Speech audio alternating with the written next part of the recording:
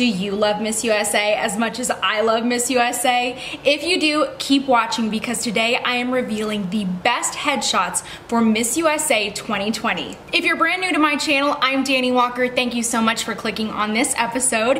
If you like content like this, don't forget to subscribe and hit that notifications bell so you know all about new episodes. They are finally here. I am so excited. We are waiting for Miss USA, and seeing these headshots on the website says to me that the pageant is coming soon, even though they have not officially released a date. But a lot of people are speculating that it's going to be held in November. So as soon as we know, I'm so excited. So maybe I can go and attend Miss USA again this year to, of course, film a recap for you and do some behind the scenes vlogging. I did an earlier episode about my favorite headshots from all the contestants. These were the images that I was hoping some of them would use for Miss USA. Some were right, some were way off. So if you guys want to see that episode, just check out this link right up here in the corner. Today's list starts with Georgia, and honestly, I'm not surprised. I don't think that she can take a bad image. She had so many great options on her social media.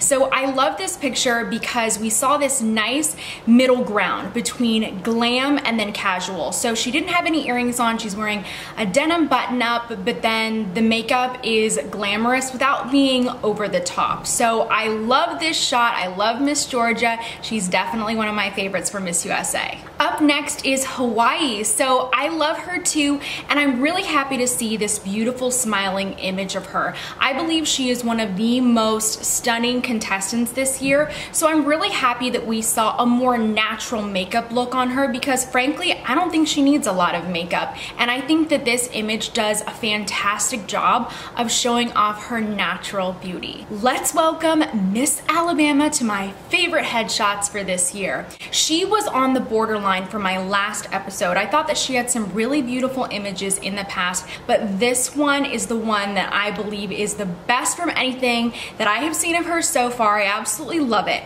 She is a little bit more pageanty here. She has some rhinestone earrings. She has what looks like to be an evening gown or some sort of a cocktail dress.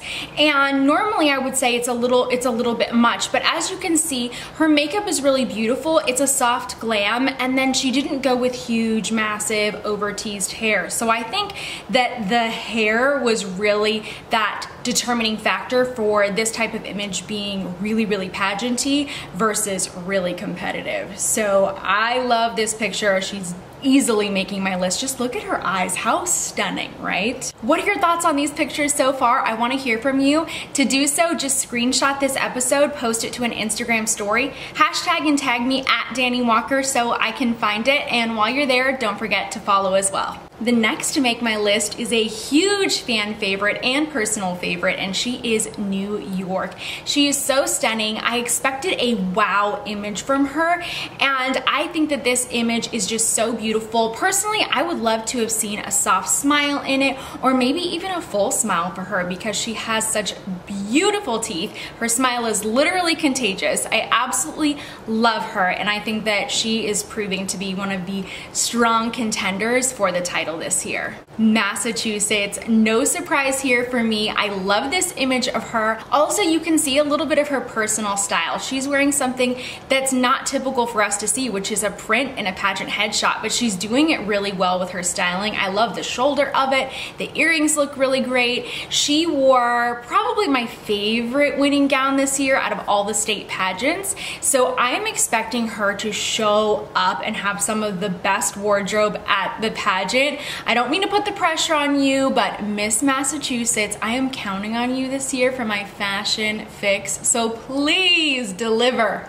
Our next queen is California, and this photo to me looks very much like a California girl. She's super bronzy. We're seeing these neutral tones, and I think that it's such a great overall look. It's also really reminiscent for me of her winning look at state. So having this consistency in her branding and having some of the elements that we're seeing in this photo also show up on stage, I think is really helpful and is going to help to make her really memorable. So I'm hoping to see some of that bronzy look back on the stage for Miss USA because I think it's such a great look, and I would say it's perfect for the summertime, which normally Miss USA would be in the warmer months, but I think she can still pull it off in the fall. Louisiana did not disappoint for me. She's obviously making my list. I loved her photos before. I think she's just so beautiful. Growing up, I had acne, so when I see gorgeous skin, it's something that I just drool over, and I absolutely love that about her, and I think it's one of those things that just makes you stare at her. You're like, oh my gosh, your skin is just so beautiful. So she's stunning. I love this image. Personally, I wouldn't have gone with the big evening gown earrings, but her hair does cover up most of it, so we're not even gonna worry about that. Still, stunning image. I'm so excited to include Virginia on this list because she used the photo that I talked about in my other headshot episode, and I loved it then, I love it now. I love the soft loose curls, her facial expression. I just think she looks really beautiful in this photo. It's been one of my favorites, and if it ain't broke, don't fix it. So I'm glad to see her using this. The other thing I want to mention about these headshots is that when the judges look at them, they're typically in these big binders. So these photos are blown up and they're huge. The judges are seeing a lot of details on this image. So what's important to think about when you're considering that Miss USA headshot is that it's not going to be your small typical program book photo. It's going to be really, really zoomed in, and that changes what images are going to work best for you. So if you've never heard of that before or weren't aware, comment what down below, because I want to hear from you. I want to know if this is something that you knew about or if it's something that you're surprised to hear about the pageant. Next is none other than Texas. Obviously, she has been one of my favorites leading up to the pageant. This photo does not surprise me. It just does such a great job showing off her stunning facial features. Her earrings actually really drew me in when I was looking on the website, so that bright pop of color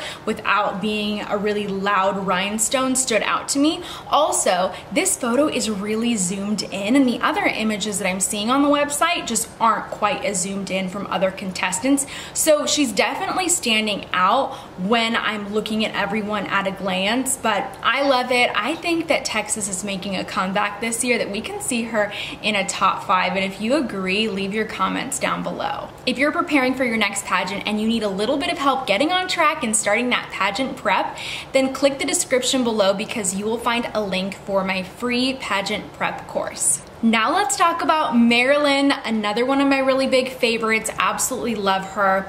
What's interesting is that when I first looked at the headshots on the website, her initial headshot was the one that I talked about in my other episode, and I was thrilled to see that.